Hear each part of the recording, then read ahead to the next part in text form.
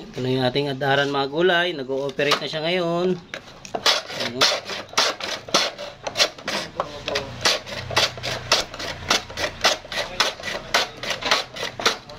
Yan. Dami na oh. Bayad. Dami oh. So, yung order na 7 yan. Oh, Maria. Yun. Yun na ang order ng 7. Big time. Wow. Ayan ang ating flavor. Meron tayong langka, ube, nata, beans, munggong pula, kamote, may gulaman at may saging, may pinipig ano.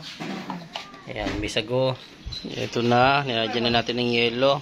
Isang tagay ng gatas. Ayan, meron siyang toppings na ube at saka langka.